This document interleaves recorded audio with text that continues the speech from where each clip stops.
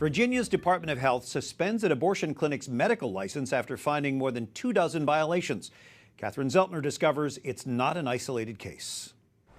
Inspectors found 26 deficiencies during a 2-day visit to the Virginia Health Group abortion clinic. The state's Department of Health suspended the clinic's medical license this week. When inspectors made an unannounced visit to this abortion clinic, they found no proof staff had been trained on certain procedures. There were dirty instruments, and in one case, a woman had to be rushed to the emergency room for prolonged bleeding. The report includes notes from the visit.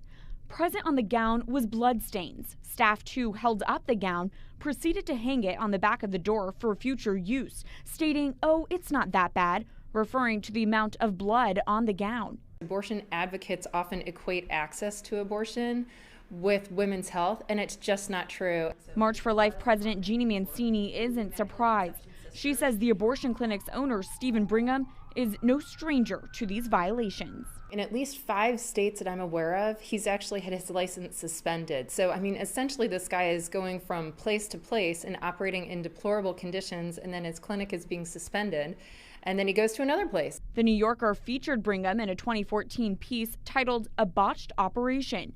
He defends the suspensions, saying, "I'm a graduate of an Ivy League medical school. It's unfortunate that the politics of abortion have caused me to end up in this situation." Pro-life leaders compare Brigham to abortionist Kermit Gosnell, who was convicted of murdering 3 babies in a clinic the media called the House of Horrors.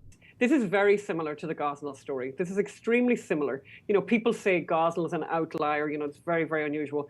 No, not at all. Ann McElhenney is a journalist now producing a film on Gosnell and says the Virginia case is an all too familiar story. It's exactly the same. The complaints, there's huge numbers of complaints and still nothing happened. So this is a national problem. This isn't a local problem. Catherine Zeltner, EWTN News Nightly. Thank you, Catherine.